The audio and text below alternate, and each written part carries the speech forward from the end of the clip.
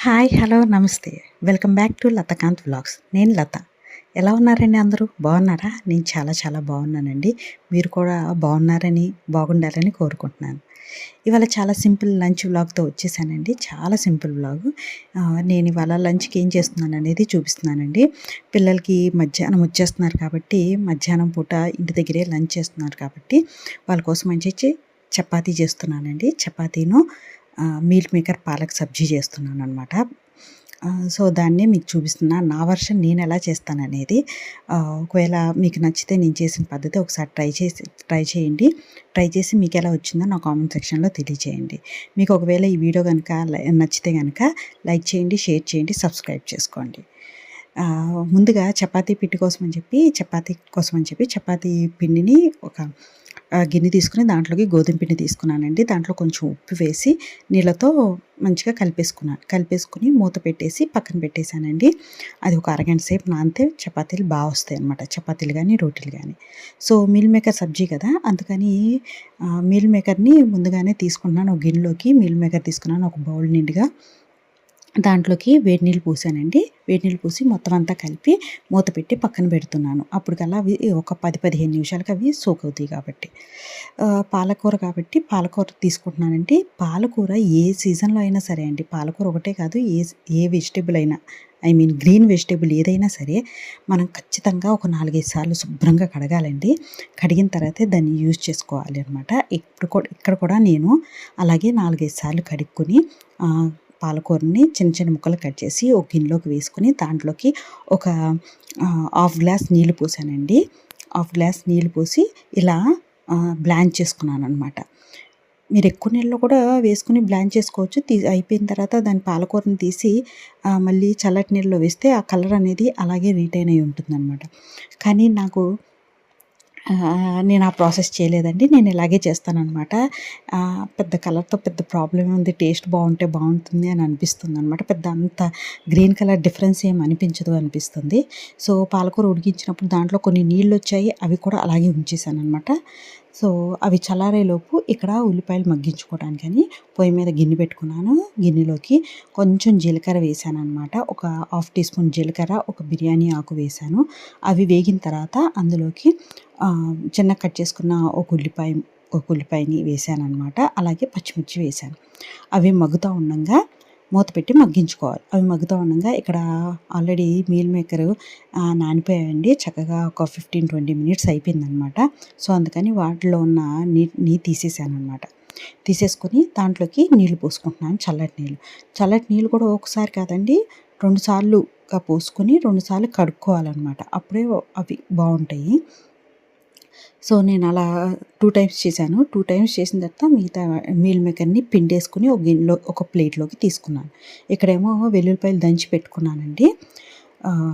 అలాగే పాలకూర ఇందాక బ్లాంచ్ చేసుకొని పక్కన పెట్టుకున్నాను కదా! అదే ఉడికించుకొని పక్కన పెట్టుకున్నాను కదా!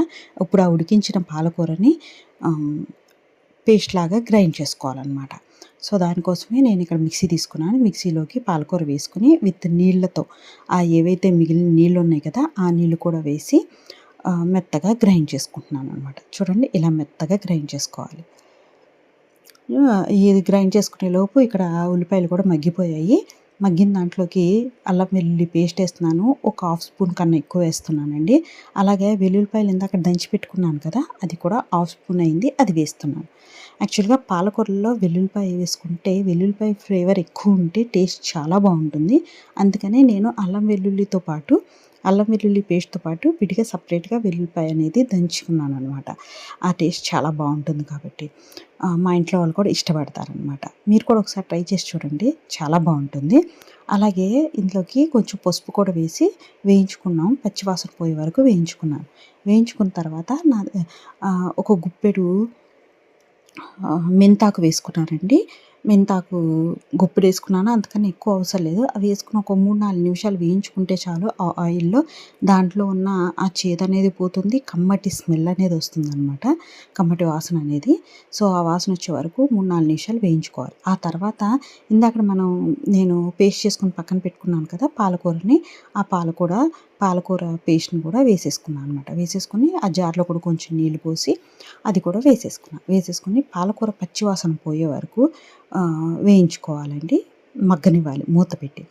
అది మగ్గుతున్న సేపట్లో ఇంకో పొయ్యి మీద బాండీ పెట్టుకొని అందులోకి 1 టీ స్పూన్ ఆయిల్ వేసుకొని, ఇందాక మనం పక్కన పెట్టుకున్న మీల్ మేకర్ ఉన్నాయి కదా! పిండి పక్కన పెట్టుకున్నవి ఆ మీల్ మేకర్‌ని వేయించుకుంటున్నాననమాట. ఒక 5, 6 నిమిషాలు వేయించుకుంటే సరిపోతుంది. యాక్చువల్లీ పచ్చిగా కూడా వేసుకోవచ్చు. పచ్చిగా వేసుకుంటే కొంచెం ఒక రకమైన పచ్చి వాసన అనేది అనిపిస్తుంది. సో, ఇలా వేయించుకుంటే టేస్ట్ చాలా బావుంటుంది. ఆ పచ్చి వాసన అనేది ఉండదు. ఎవరైనా ఇష్టంగా తినేయొచ్చనమాట. ఈ 5, 6 నిమిషాల్లో మధ్య మధ్యలో పాలకూరని కలుపుకుంటూ ఉండాలి. ఎందుకనంటే అది మాడిపోతుంది. మాడిపోతే టేస్ట్ అనేది మారిపోతది కాబట్టి, సో, అందుకని మధ్య మధ్యలో కలుపుకుంటూ ఉండాలి. ఈ 5, 6 నిమిషాల పాటు ఈ మీల్ మేకర్‌ని వేయించుకోవాలి. చూడండి ఇప్పుడు పాలకూర ఆల్రెడీ కొంచెం మగ్గిందనమాట. కొంచెం పచ్చి వాసన పోవటానికి కొంచెం మగ్గింది. సో, ఈ టైంలో ఈ మీల్ మేకర్‌ని దాంట్లోకి వేసేసుకోవాలి. మనం వేయించుకున్న మీల్ మేకర్ ఉంది కదా! అది డైరెక్ట్‌గా వేసేసుకోవాలి. వేసేసుకొని మొత్తం అంతా కలిసేలా బాగా కలుపుకోవాలి. ఈ కలుపుకోవటం ఒక 2, 3 నిమిషాలు కలపాలండి. కలిపితే మొత్తం అంతా మిక్స్ అవుతుంది.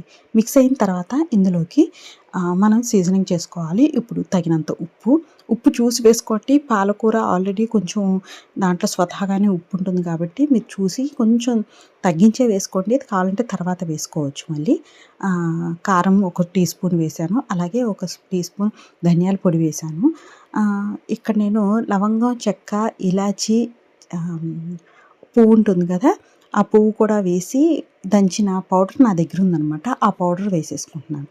నేను హోల్ గరం మసాలా వేస్తాను. ఇట్లా కూడా వేస్తాననమాట. హోల్ గరం మసాలా వేయాలన్నప్పుడు ఇందాక జీలకర్ర ఫస్ట్ స్టార్టింగ్‌లో ఆయిల్ వేసి జీలకర్ర వేసినప్పుడే అప్పుడు వేసేస్తాను హోల్ గరం మసాలా వేయాలన్నప్పుడు. నా దగ్గర ఈ పౌడర్ ఉంది కాబట్టి ఈ టైప్‌లో ఎప్పుడైతే స్పైసెస్ యాడ్ చేస్తామో అప్పుడు ఈ మసాలా వేశాననమాట. ఒక పావు టీ స్పూన్ అంత వేశాను. వేసి అలాగే ఒక ముప్పావు గ్లాస్ అంత వాటర్ పోసి మొత్తం అంతా బాగా కలుపుకున్నాను. కన్సిస్టెన్సీ తగ్గట్టుగా వాటర్ పోసుకొని అది నిదానంగా మగ్గటానికి నూనె పైకి తేలే వరకు మగ్గటానికి పక్కన పెట్టేశాను. అది అవుతూ ఉండంగా ఇంతలోపు చపాతీలు చేద్దామని పొయ్యి మీద పెనం పెట్టేసుకున్నానండి. అలాగే క్యాసరోల్ కూడా పక్కన పెట్టేశాను.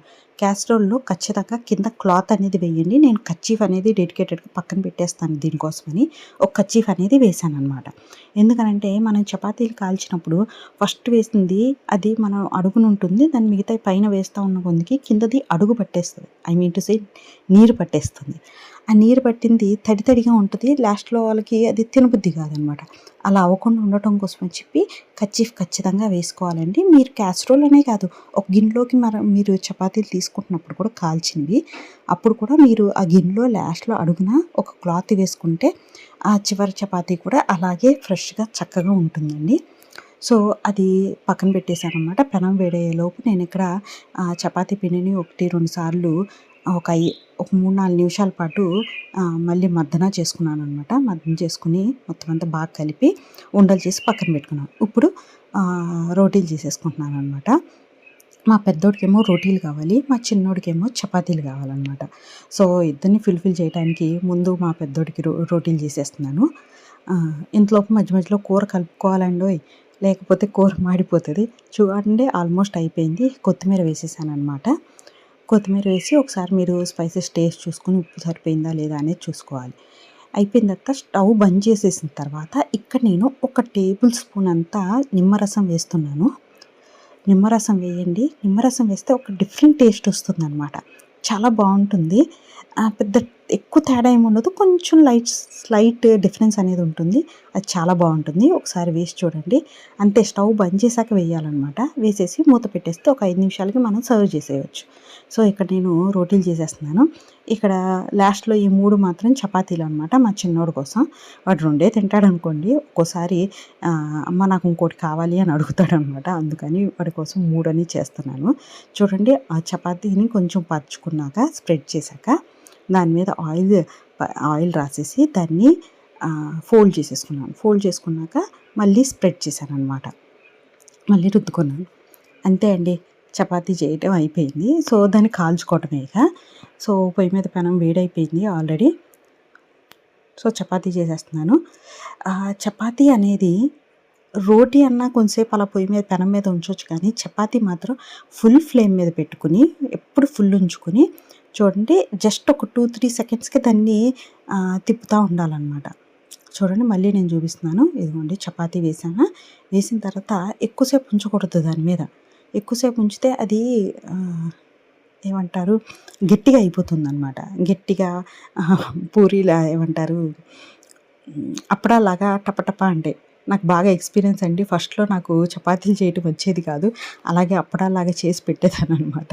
మా వారికేమో చాలా ఇష్టం, నాకేమో వచ్చేది కాదు. నిదానంగా అది ప్రాక్టీస్ మీద వచ్చేసినాయి అనమాట చపాతీలు చేయటం అనేది. ఇప్పుడు చాలా మెత్తగా వస్తాయి నేను చేసే చపాతీలు. మా వారికి చాలా ఇష్టము. ఇప్పుడు చపాతీలు అయిపోయినాయండి. ఇక రోటీలండి. రోటీలు చూడండి, రోటీకి కూడా పొయ్యి మీద పెనం మీద అనమాట.